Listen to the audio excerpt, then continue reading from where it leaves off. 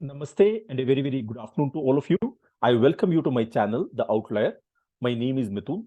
In today's video, I'll be talking about how to import an Excel file in Microsoft Power BI desktop.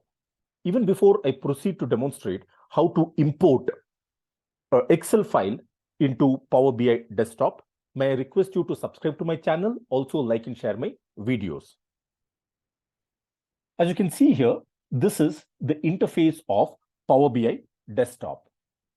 Let me now proceed to show you the source file which I want to load into Power BI desktop. As you can see here, this is the source file. The name of this file is sample superstore dataset. This is in Excel format. The first row has the field name. You can see here some of the fields like row ID, order ID, order date, ship mode, so on and so forth. If I go to the last column, you can see here, the last column here is profit. You have a few numeric variables like sales, quantity, discount, and profit. How many columns do I have? If I select the first row, you can see here, Excel displays a count of 21, which means that there are 21 fields in this particular data set. Now, let me look at the last row. When you look at the last row, it says 9,994, which means that the sample size in this data set is 9,994 records. So what I want to do in this video is to show you how to import an Excel file which consists of 21 fields and 9,994 records. One important observation that you need to make is it's always better that the first row is allocated for the variable names. It's a lot easier, it's a lot convenient to pull the file if the first row has the column names and the actual data begins from the second row onwards. Now, let's proceed to import this particular file in Power BI desktop. This is the interface of Power BI desktop. As you can see here, this section is called as the data section. The very first button here is called as Get Data. If I hover the mouse on top of Get Data, Power BI displays a short description about this button. It says connect to data from multiple sources. Let me click on the drop-down menu. In the drop-down menu, Power BI highlights some of the common data sources. There are different data sources like Excel workbook, Power BI datasets, data flows, so on and so forth. You can also import your file from text or CSV format.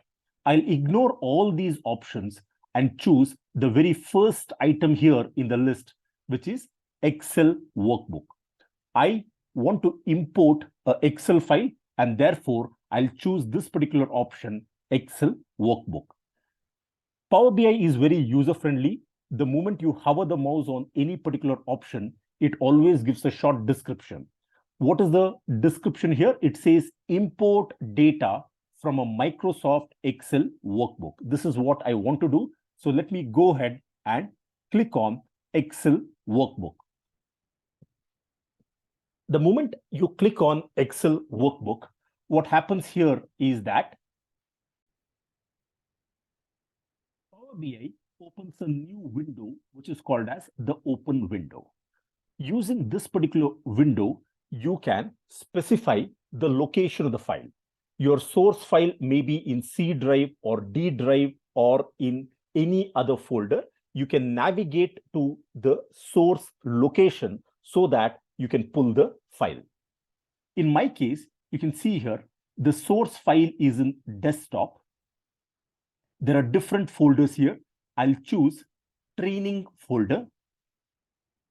Here, there are several files let me locate the file sample superstore. You can see here, this is the file which I would like to import, sample superstore. It can read any of these Excel file format. It can be XLS or XLSX or XLSM or any other format. Once you have specified the location of the file and selected the file, all that you need to do is click on the open button here at the lower right-hand side corner.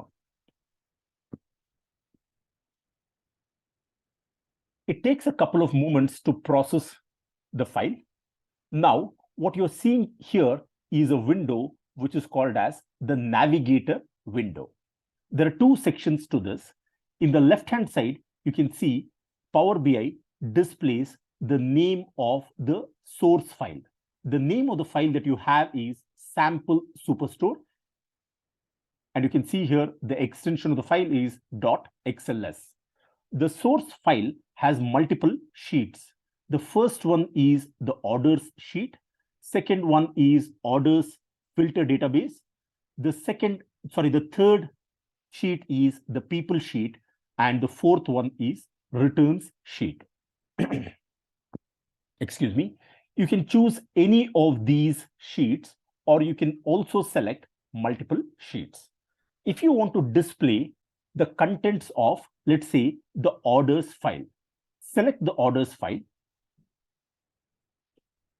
You can see here what Power BI does is, in the right-hand side, it displays the preview of the orders sheet. Row ID, order date, ship date. This is the file which we saw earlier. These are the field names which we saw earlier. The contents of the data are also displayed. Let's say you want to see what is there in people file. So select people. You can see here there are only two columns. It's a small data set. These are the two columns whose preview Power BI displays. The same thing can be done for the returns file. Again, there are two fields here which Power BI displays. I don't want to work on all the files. I'm interested in only the orders file. As you can see here, the load button is not highlighted. The transform data option is also not highlighted as of now. Many times this is a problem. The simple question is, why is it that the load button is not highlighted? To make sure that Power BI highlights this particular option, you need to put a tick mark next to the checkbox. If you put a tick mark, now you can see the load button is highlighted here at the bottom right-hand side corner. The transform data option is also highlighted. Just in case you want to import multiple sheets, you can go ahead and choose the people file. You can also select the returns sheet. Now, I don't want to import multiple sheets, so let me go ahead and remove these two options and make sure that I have selected only the orders field. So this is the only field which I want to import, and therefore I have put a tick mark against the orders file. Once you're through with this, you can go ahead and hit the load button. Power BI takes a couple of moments to process the import option. You can see here, this displays the progress status.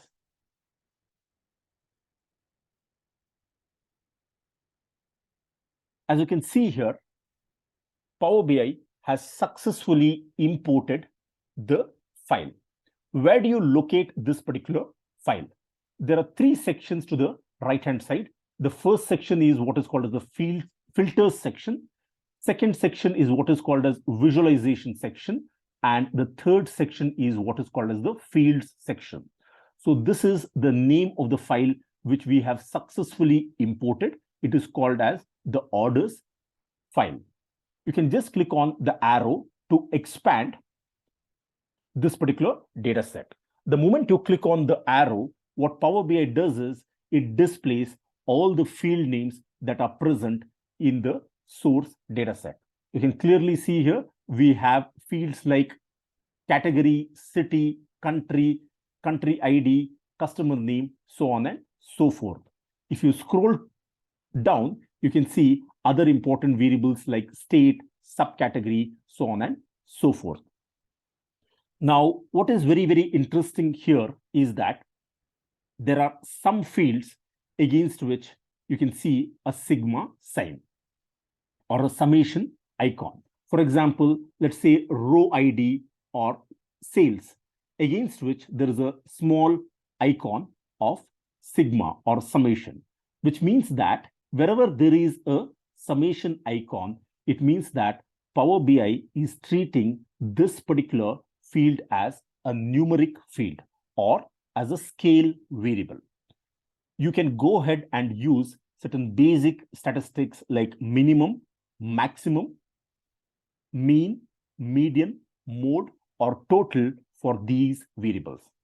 When you look at a variable like segment, there is no summation icon next to it, which means that this particular field may be segment or state or subcategory. These are treated as categorical fields. So this is how Power BI differentiates a scale variable from that of a categorical variable. So this is how you can access any particular field from the source data set by using the fields section. You can see here, if you just click on the arrow, you will again just be able to display only the name of the file. With this, I have come to the end of today's video. In today's video, we have seen how to import an Excel file into Power BI using the Get Data option.